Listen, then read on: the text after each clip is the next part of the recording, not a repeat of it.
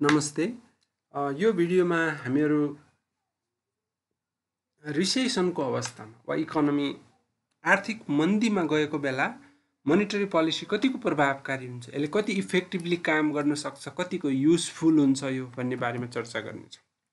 So सामान्यतया हामीहरूले के सुन्छौँ त भन्दा आर्थिक मन्दीतिर मुलुक गइराखेको छ, इकोनोमी डिप्रेसनको अवस्थामा छ, एकदमै आर्थिक गतिविधिहरू खुम्चिएको अवस्था छ भने मौद्रिक नीतिले त्यति धेरै काम गर्दैन भन्ने तर्क ट्रेडिसनल रूपमा इकोनोमिक्सले गर्दै आएको भेटाउँछौँ। सो त्यस्तो बेसमा चाहिँ जस्तो सेन्ट्रल ब्याङ्कले लिने एक्सन्सहरू त्यति धेरै प्रभावकारी हुन सक्दैनन् रिसेसनको बेला, जबकि सरकारले लिने कदमहरू चाहिँ बढी प्रभावकारी हुन्छन् भन्ने तर्क सुन्छौँ। सो यो तर्क चाहिँ पहिलोचोटि अब 1930 को रिसेसन पश्चात अथवा 1930 को महामन्दी ग्रेट डिप्रेसन भनेर भनिन्छ। 1930 को रिसेसन पश्चात जेएम किन्स भन्ने अर्थशास्त्रीले अगाडि सारेका हुन् यो कन्सेप्ट। उनले के तर्क राखे भने रिसेसनको अवस्थामा यदि इकोनोमी मन्दीको अवस्थामा छ भने त्यस्तो बेलामा हामीले फिस्कल पोलिसीमा बढी फोकस गर्नुपर्छ, यसले चाहिँ उद्धार गर्न सक्छ इकोनोमीको, जबकि मोनिटरी पोलिसी यतिखेर लेस युजफुल हुन्छ भन्ने तर्क राखेका थिए।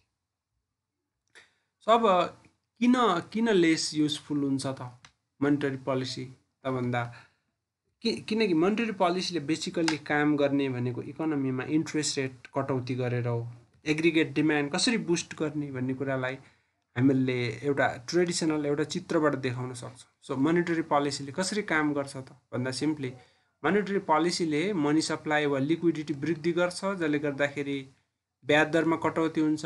ब्याज दरमा कटौती भयो भने इकोनोमीमा कन्जम्सन वृद्धि हुन्छ, इन्भेस्टमेन्ट वृद्धि हुन्छ। यो वृद्धि हुनु भनेको डिमान्ड बढ्नु हो, डिमान्ड बढ्ने हो भने आउटपुट बढ्छ र इम्प्लोइमेन्ट बढ्छ। सो मोनिटरी पोलिसीको ब्रोड वर्किङ मेकानिजम यही नै हो, चाहे विकसित देशमा होस् चाहे हाम्रो जस्तो मुलुकमा होस्। अब रिसेसनको बेला यसले काम गर्छ कि गर्दैन त भन्दा रिसेसनको बेलाको अवस्था भनेको के हो भने इकोनोमीमा खासै उद्योग धन्दाहरू चलेको हुँदैन, त्यसो भए हुनाले क्रेडिटको डिमान्ड हुँदैन, जसले गर्दाखेरि ब्याज दर एकदमै लो अवस्थामा पुग्छ। सो मान्छेको कन्फिडेन्स लो भएको हुनाले इकोनोमीमा मान्छेहरूले ब्याङ्किङ सिस्टममा अथवा इकोनोमीको सिस्टममा त्यति विश्वास गर्दैनन्, जसले गर्दाखेरि इकोनोमीमा ब्याज दर घटाएर प्रभावकारी रूपमा इन्भेस्टमेन्ट वृद्धि गर्न सकिँदैन, किनकि त्यस्तो बेला मान्छेसँग आम्दानी हुँदैन, डिमान्ड हुँदैन, कन्जम्सन डिमान्ड हुँदैन। सो यसलाई चाहिँ हामी यो जेएम किन्सले अगाडि सारेको कन्सेप्ट हो, जसलाई हामी लिक्विडिटी ट्र्याप भनेर भन्छौँ, लिक्विडिटी ट्र्याप, त्यसबाट व्याख्या गर्न सक्छौँ। सो यो चित्रमा हामीले यो ठाडो अक्षमा ब्याज दर नापेका छौँ र एक्स एक्सिसमा चाहिँ मनी डिमान्ड र मनी सप्लाई क्वान्टिटी नापेका। सो सपोज मानौँ कि इकोनोमी सुरुको अवस्थामा चाहिँ यो ए भन्ने पोइन्टमा छ जहाँ इकोनोमी नर्मल अवस्थामा। सो इकोनोमी नर्मल अवस्थामा भएको बेला के हुन्छ त सेन्ट्रल ब्याङ्कले यदि मनी सप्लाई वृद्धि गर्यो, मनी सप्लाई 1बाट वृद्धि गरेर मनी सप्लाई 2मा पुर्यायो भने इकोनोमीको पोजिसन एबाट बीमा जान्छ, जसले गर्दाखेरि इकोनोमीको ब्याज दरमा कटौती हुन्छ। ब्याज दर कटौती हुनु भनेको के हो त ब्याज दर कटौती हुनु भनेको इकोनोमीको इन्भेस्टमेन्ट बुस्टअप हुने हो, जसले गर्दाखेरि इकोनोमीमा उत्पादन वृद्धि हुन्छ। अब सपोज मानौँ कि इकोनोमी अलरेडी सी बिन्दुमा छ। सी बिन्दु भनेको इकोनोमी चाहिँ रिसेसनको अवस्थामा पुगेको बिन्दु सपोज, किनकि ब्याज दर चाहिँ सपोज मानौँ कि यस्तो बेलामा 0.02% पुगिसकेको छ। यस्तो बेलामा सेन्ट्रल ब्याङ्कले जतिसुकै मनी सप्लाई वृद्धि गरे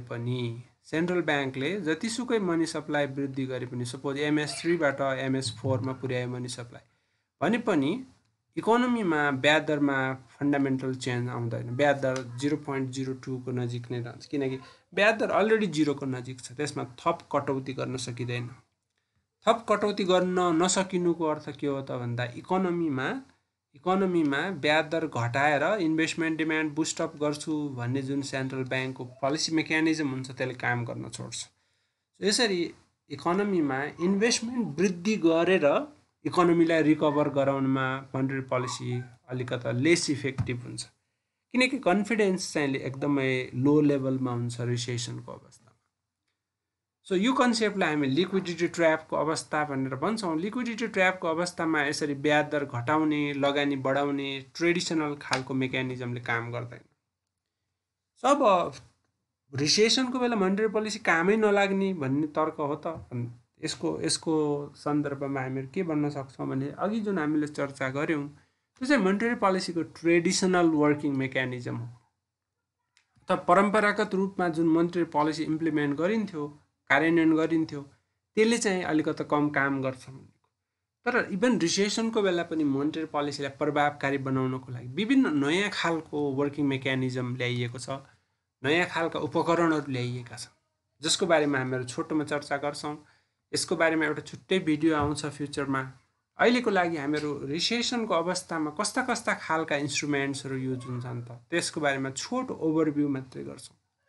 जस्तो रिसेसनको बेला चाहिँ युज हुने खालको इन्स्ट्रुमेन्ट्सहरूलाई हामी नन कन्भेन्सनल इन्स्ट्रुमेन्ट्स भनेर भन्छौँ, गैर परम्परागत उपकरणहरू।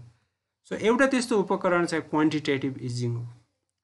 क्वान्टिटेटिभ इजिङलाई हामी छोटोमा कसरी चाहिँ समराइज गर्न सक्छौँ भने जस्तो सामान्य अवस्थामा सेन्ट्रल ब्याङ्कले कति पैसा चाहिँ एक्स्ट्रा बजारमा पठाउने भन्ने कुरा लिमिटेड हुन्छ। क्वान्टिटेटिभ इजिङ अन्तर्गत यो प्रोग्राम अन्तर्गत चाहिँ के हुन्छ त सेन्ट्रल ब्याङ्कले पैसा छापेर टन्नै पैसा बजारमा पठाउन सक्छ। जस्तो अहिले युएस गभर्नमेन्टको केसमा हामीले हेऱ्यौँ भने के छ त युएस गभर्नमेन्टको केसमा लगभग $3 ट्रिलियन जति पैसा छापेर बजारमा पठाइएको छ, घर घरमा बाँडिएको छ।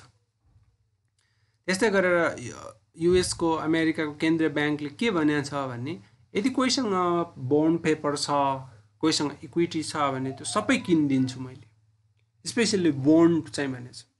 सो सरकारसँग जति बोन्ड छ सबै किनिदिन्छु, ब्याङ्कसँग जति बोन्ड छ सबै किनिदिन्छु, इभन प्राइभेटसँग पनि जति बोन्ड छ सबै म किनिदिन्छु, त्यो बाबत म पैसा छापेर तिमीहरूलाई दिन्छु भनेर भनेको छ। सो यसरी क्वान्टिटेटिभ इजिङ भन्नाले सिम्पली के त भन्दा डाइरेक्ट बजारमा पैसा पठाउने मेकानिजम हो। डाइरेक्ट जनताको हातमा लगेर पैसा राख्ने, डाइरेक्ट प्राइभेट हाउसको हातमा लगेर पैसा राख्ने, तिनीहरूबाट केही चिज लिएर, त्यस्तो खालको इन्स्ट्रुमेन्ट्सलाई हामी क्वान्टिटेटिभ इजिङ भन्छौँ।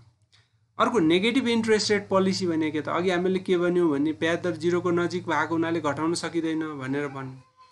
नेगेटिभ इन्ट्रेस्ट रेट पोलिसीले चाहिँ के गर्छ त भन्दा यदि कसैले लगेर ब्याङ्कमा पैसा राख्यो भने ब्याज पाउने होइन कि झन् उल्टो ब्याज पे गर्नुपर्ने पोलिसी हो। यस्तो पोलिसी भयो भने के हुन्छ त भन्दा इन्भेस्टर्सले जस्तो कुनै ब्याङ्कमा लगेर पैसा होल्ड गर्ने हो, भन्ने ब्याङ्कमा पैसा लगेर राख्ने हो भने झन् उल्टो पैसा घट्छ भने मान्छेले त्यहाँ लगेर पैसा राख्दैन, बरु आफूले उपभोग गर्छ वा कि लगानी गर्छ, ब्याङ्कमा होल्ड हुँदैन। सो पैसा लगानी होस्, उपभोगमा जाओस् भन्ने उद्देश्यले यस्तो खालको पोलिसी ल्याउने गरिन्छ। जापानमा, स्विजरल्यान्डमा यस्तो खालको पोलिसी छ।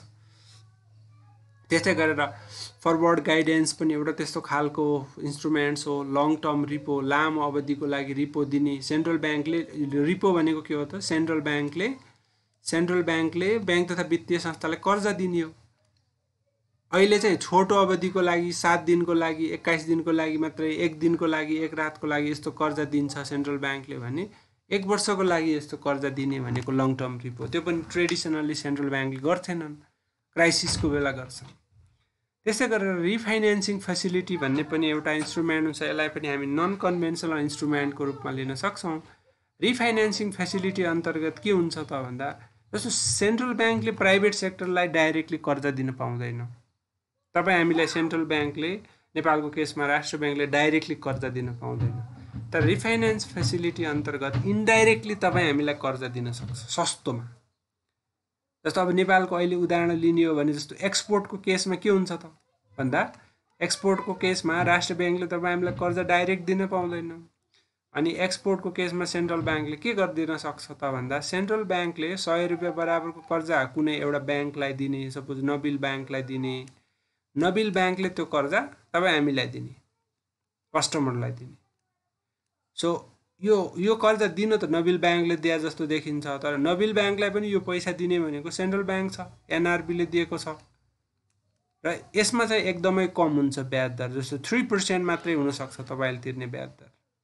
सो यो फेसिलिटी पनि हुन त पहिलादेखि नै थियो, तर यसलाई पनि हामी नन कन्भेन्सनल भन्छौँ, किनकि यस्तो फेसिलिटीहरू क्राइसिसको बेला बढी युज हुन्छ। नत्र नर्मल टाइममा सेन्ट्रल ब्याङ्कले तपाईँ हामीलाई कर्जा दिएर बस्दैन।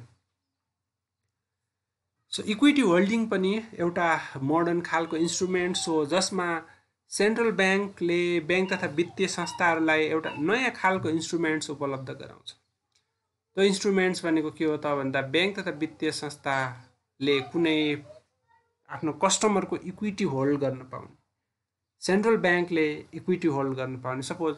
सपोज के गरिदिन सक्छ भने देशको कुनै ठुलो कम्पनी डुब्न थाल्यो क्राइसिसको बेला, कुनै एबिसी भन्ने ठुलो कम्पनी डुब्न थाल्यो, एबिसी भन्नेमा चाहिँ कुनै ब्याङ्कको चाहिँ 5 बिलियन बराबर कर्जा छ भने अब यो कर्जा तिर्न नसकेर टाट पल्टिन थाल्यो, यसलाई कसरी जोगाउने त भन्दा अब ल ठिकै छ, मेरो 5 अर्ब कर्जा छ, यो 5 अर्ब बराबरको सेयर जारी गर मलाई, म यो किनिदिन्छु भनेर यो ब्याङ्कले भन्न सक्छ। सो ब्याङ्कले 5 अर्ब बराबरको कर्जा किन्यो भने के हुन्छ त भन्दा यसले 5 अर्ब रुपियाँ पाउँछ सेयर बापत, ब्याङ्कले 5 अर्ब रुपियाँ लगानी गरे जस्तो हुन्छ। सो 5 अर्ब रुपियाँ उसले ऋण मिना गरिदिन्छ, अथवा ऋण पे गर्नु पर्दैन, ऋणलाई चाहिँ इक्विटीमा कन्भर्ट गरिदिन्छ, सेयरमा कन्भर्ट गरिदिन्छ। सो त्यस्तो भयो भने के हुन्छ त एबिसी कम्पनीको चाहिँ 5 अर्ब लोन केही समयको लागि मिना भए जस्तै हुन्छ, किनकि त्यो सेयरमा कन्भर्ट भएको छ। सेयर भनेको लङ टर्म लायबिलिटी हो। सो यसरी मोनेटरी पोलिसीले रिसेसनको बेला इकोनोमीमा कसरी कन्फिडेन्स बुस्टअप गर्ने, कसरी उत्पादन वृद्धि गर्ने, रोजगारी कसरी वृद्धि गर्ने भनेर ट्रेडिसनल जुन इन्स्ट्रुमेन्ट्सहरू छ त्योभन्दा फरक खालको इन्स्ट्रुमेन्ट्सहरू युज गर्छ। र यो इन्स्ट्रुमेन्ट्सहरूको कारणले गर्दाखेरि इभन रिसेसनको अवस्थामा पनि मौद्रिक नीति प्रभावकारी हुन जान्छ, र मौद्रिक नीतिले पनि यसरी रिसेसनबाट अर्थतन्त्रलाई उकास्नको लागि चाहिँ उल्लेखनीय भूमिका खेल्छ भनेर यसबाट भन्न सकिन्छ। अर्को भिडियोमा हामीहरू मौद्रिक नीति र वित्त नीतिको बिचमा किन समन्वय आवश्यक छ, किन कोअर्डिनेसन आवश्यक छ भन्ने बारेमा चर्चा गर्नेछौँ।